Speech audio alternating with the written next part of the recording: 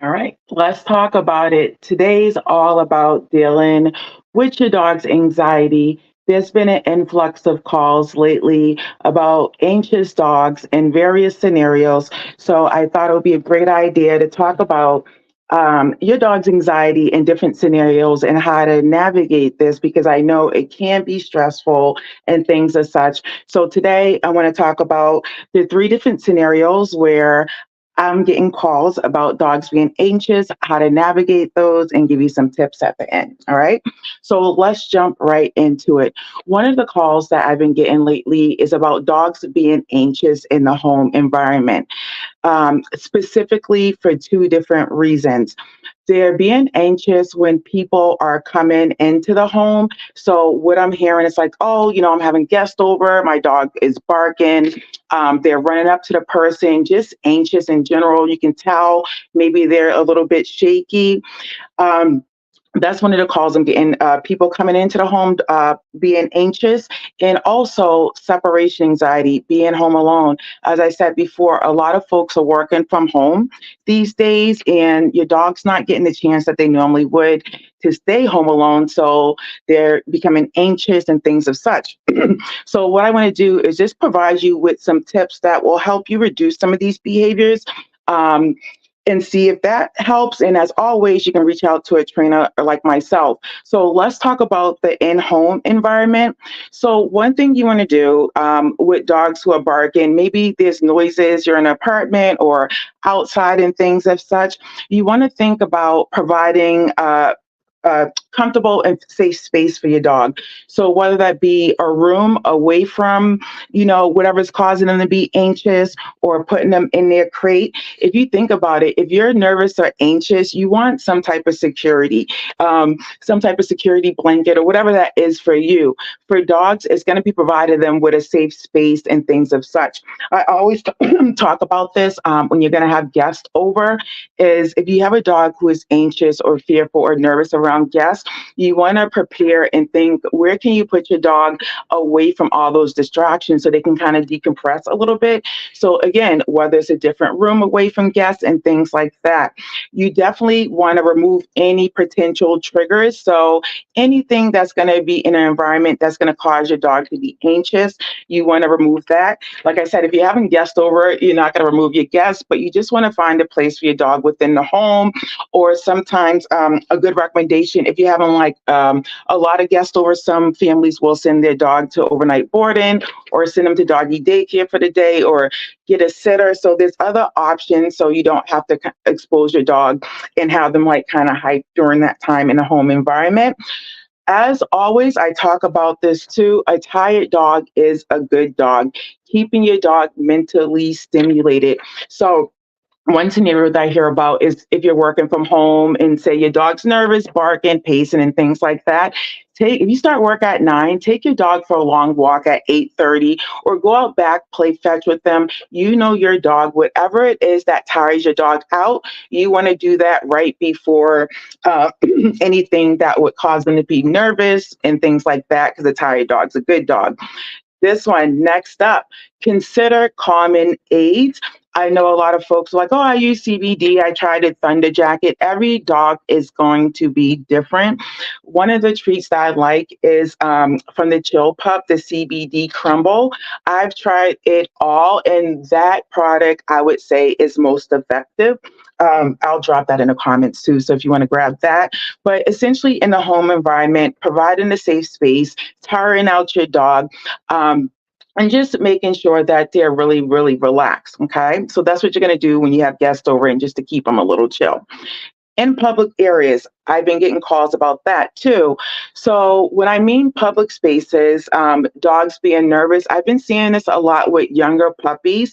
If you train with me, I always talk about the development of puppies and what to expect as they get older. And with the younger puppies, around like 4 or 5 months, they hit like a fear stage, or puppies in general. And in public places, you may see them not want to walk. They may shake. They may drool. not fear, anxiety. All those are signs that your dog may be anxious. And so in public places, you may see that, them stopping, drooling. With older dogs, you may see barking presented as reactivity. That could be because they're anxious and things of such. So one thing you want to do if you are unsure, I talk to my families I train with about this, is you want to bring your dog out, especially at home, at a time of day where there's less likely to be other triggers or distractions out, right? So ideally, most people are going to work between 6 and 8 or whatever it may be at around your area. You don't want to take your dog out at that time. Maybe take them out right before or right after. Evenings are a popular time that people take their dog out between 4 and 6. I have neighbors that take their dogs out at 10 o'clock at night. So you definitely want to go out at a time of day in public places where they're going to be less anxious and you're going to be less stressed too. If you are going outside of the neighborhood, you don't just want to take your dog to somewhere busy. You want to gradually expose them to places and new environments in small, controlled doses. I like to start off with trails where it's just a wooded area. There's not really much going on, and take them there. Let them get used to those small places first, where they'll, learn to relax and they'll be more willing to walk, opposed to taking them to like downtown or wherever you live. So definitely taking them to public places where there's less going on, making sure that your dog's having positive experiences when they're out and about. So your dog may be anxious, but you also want to pair that and try to turn that around to something positive. So bring treats out with you and make sure that, when they're anxious, you're giving them the treat. So they're like, you know what? I used to be anxious when I, saw, people, but every time I see people, I get wonderful treats. And then next, they're feeling good about it and then less anxious. Using a leash or harness, right? Depending on your dog, some dogs, they find that really restricting. I love harnesses, but when it comes to anxious or fearful dogs, instead of clipping it in the front, because most dogs are pulling, I like to clip it in the back so it gives them free space to roam and things of such and explore, and they're less anxious because they don't feel so trapped.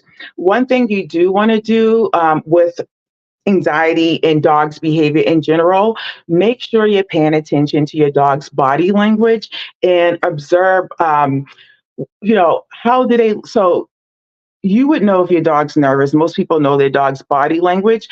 When you notice, say, your dog's like shaking, look around you. What's going on? What are they seeing? Write that down because that's going to be your first signs like, okay, my dog doesn't feel good about this. They're anxious. I feel as though a lot of time as a dog trainer, we know those like telltale signs like shaking and things as such, but sometimes our dogs won't vocalize, they won't shake, they shut down. So it's very important, to know your dog's body language and observe it when you're out and about. I do a lot of when I'm walking dogs, I do a lot of looking down just to see in general how they're feeling about things, because that's going to be your key to identifying what they're anxious and fearful about. But public places, you just want to make sure that you're starting off in a trail of such. Let's talk about social situations, introducing your dog to different people and things of such. You want to make sure that you supervise interactions with people, other dogs. If your dog's anxious, I cannot tell you how many times or, things could turn bad real quick or it could be good real quick. So you definitely, if you know your dog's anxious around people, you don't just want to have them, a group of people come up to them or take them to a pickup with your kid where kids are going to be running up to them. You want to do it gradually and you want it to be in a controlled setting. I always say bring treats with you. So if you are introducing your dog to people and they're like, oh, can I pet your dog? Or if your dog's anxious, give that person a treat and be like, hey, give it to my dog. We're in training or whatever. Is all about making the positive experiences with people and not overwhelming them. And also showing your dog that you have their back and you trust them, which means that if your dog's trying to flee a situation, you don't want to be like, oh, it's not too bad, let's go. You want to go with them or move away. That's going to build trust in your dog and they're going to be less anxious as well if they know that you have their back. And overall, praise, treats, encouragement. You just want to build their confidence overall, just so they'll know that they're okay. Last but not least, just some tips, other tips. Establishing a routine is going to be key to anxious dogs. The more they can predict something, the less anxious they're going to be. So, doing the same things at the same time of day, going on the same directions on walks and things of such, whatever it is that's triggering your dog. And you're trying to work with that. So again, guests coming over. What I mean by keeping the same routine, if you know guests are coming over, what you're going to do is take your dog for a walk, give them a bone to chew on, then your guests are going to come in. And if you do that every single time, your dog's going to know that's consistent, that's the routine, and less anxious. Tell your guests to ignore them. And so whatever you're doing with your dog, you just want to keep it consistent. That's all. So to wrap things up, because I know you are busy, in-home environments, make sure you're providing a safe space for your dog. Regular exercise, a tired dog's a good dog. And public places, make sure you're not starting off like in New York City and you're starting off in trails and keeping the same routine on the trails or the same places until your dog's less anxious. In social settings, you just want to make sure that you're supervising all interactions between people and dogs. And as always, make sure you're keeping a consistent routine. And I know dealing with anxious and fearful dogs can be stressful. So if you need help or if you have questions, be sure to reach out. I'm always here to help. If you have any questions, drop them in the comments. Other than that, I will see you next week with another great topic. Bye.